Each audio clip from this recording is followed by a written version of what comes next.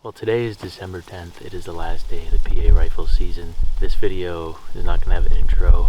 Obviously, I got a buck. I'm going to have to tell you the story about it because I have no video of it. You know, I'm very, very, very happy I got this buck. I'm beyond thankful for this buck, but I think this story will kind of highlight why it's not my proudest deer. I definitely made some mistakes here that you'll find through the story. I'm just trying to be really authentic here and be real. Help others learn. You know, that's always my goal from the videos, is to show people my ups and downs and teach people.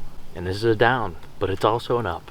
Hopefully me telling this story will help some people in the future. I know it's going to help me. There's definitely a lot to learn here. So I'll get into the story here. So yesterday my buddy Nate Santoro and I came out here. You know, I've been hunting another area farther south. I've been absolutely grinding day after day. Yesterday was actually my 70th day of hunting this fall, and that's a mixture of elk, mule deer, and whitetail here in Pennsylvania and also Ohio.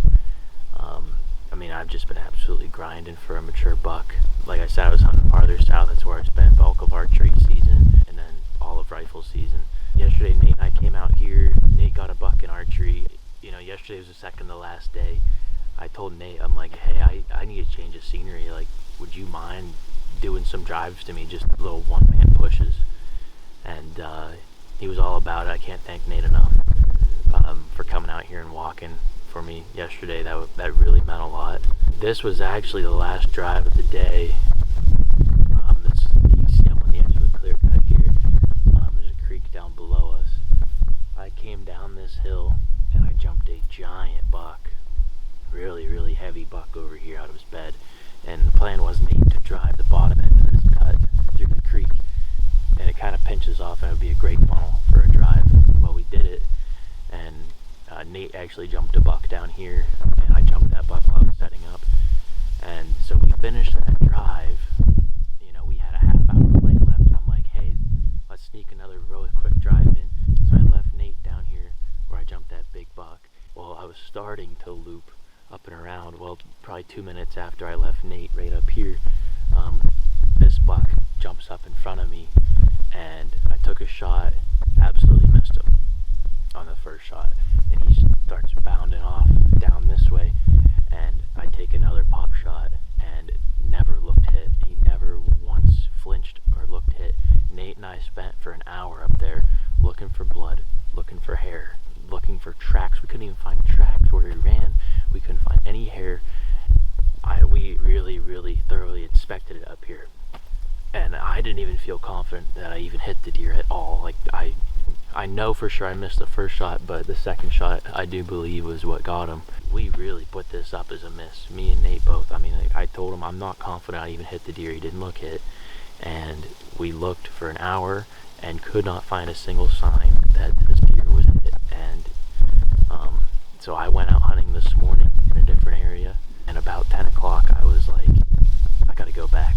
I have to go back in there. Some kind of feeling came over me that was like, hey Dan, it's the last day, you gotta go back in there. I thought the feeling was to come in here and hunt and set up in here because there was this buck, the big buck, and the buck Nate jumped. I wanted to set up in this creek bottom, and I'm walking in here and I'm like, I should really check for that deer, just to 100% make sure, you know, even though we left completely calling it a miss, I was like, I gotta go look. I have to go look now. I'm here. So I was just coming down the hill not long ago before I found him, and I was like, there's nothing here. I don't even know which way he went. There is no tracks. There absolutely is no hair. There is no blood. And yeah, I'd say he probably went 60 more yards than where we quit looking for him. Coyotes did get to his hindquarters a little bit. That's why I'm keeping it out of the frame, because YouTube is weird about stuff like that. And very disappointed that we called it a miss. You know, we could have went a little farther, but like I said, I was very confident that this was a miss, and it wasn't. I hit him, and he's dead. Very thankful I came back here.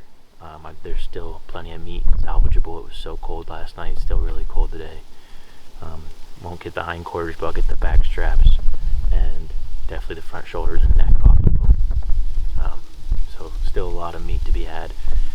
Huge lesson learned, that's for sure. Yeah, very thankful. He's a beautiful 7-point. I've been telling my buddies this is the best SWAR season of my life, and this really isn't how I wanted it to go out, but we got a buck, and I can't complain about that. Kind of flashback through the season.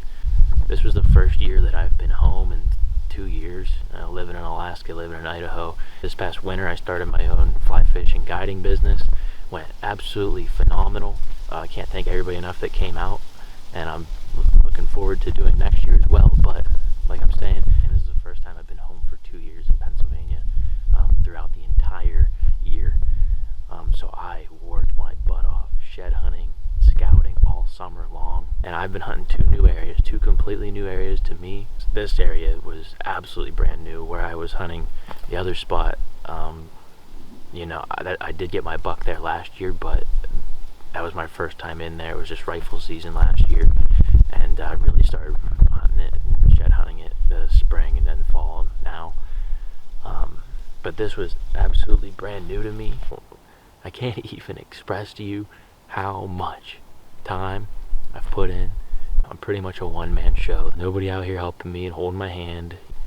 Nate came out yesterday and helped do a couple pushes.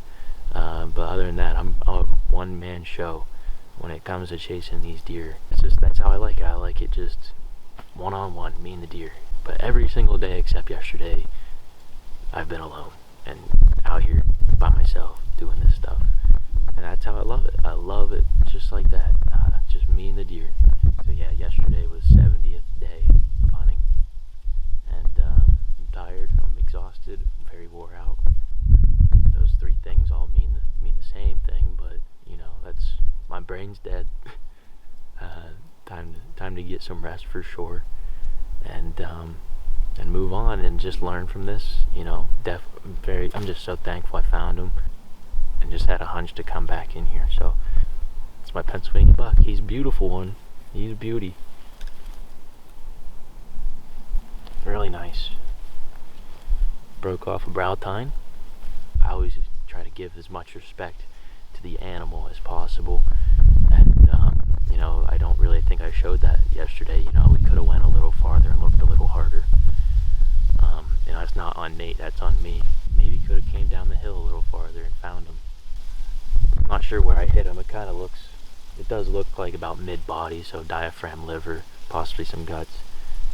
Definitely explains why there was no blood. Don't get much on a liver hit and hardly any on a gut hit, but man, typically when I hit him with that 270, there's a good amount of fur, and that's really what we were looking for.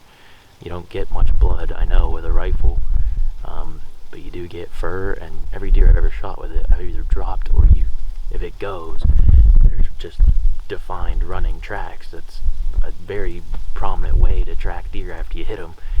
With a rifle, you don't get that much blood sometimes, and I really inspect for running deer tracks, and just we couldn't find any hair. And I, like I said, wasn't confident at all about the shot that I took. Shouldn't have even took it, honestly. But I did hit him. I got him. I'm just gonna own up to it and learn from it. Yeah, you can probably tell by my body language and voice. You know, I'm very disappointed.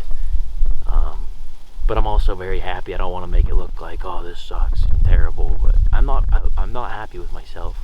Not looking just a little bit farther for him. I'm not happy about that. That's on me. But I am happy that I did come back out here and found him, and I'm gonna get quite a bit of meat off of him. He's just a beautiful deer. He's absolutely beautiful buck. Pretty sure this is my 5th or my 6th management unit I've taken a deer out of in Pennsylvania. It's really cool. I love exploring new public ground. I love finding the challenge and just going to new areas and trying to figure it out.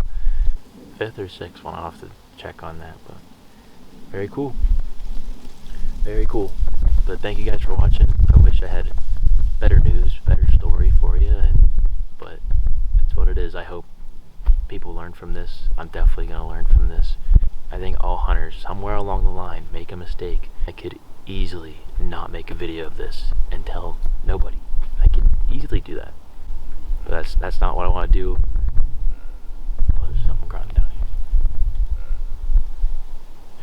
buck running down here. There's another hunter down here. That's crazy. I don't want to mess this hunt up.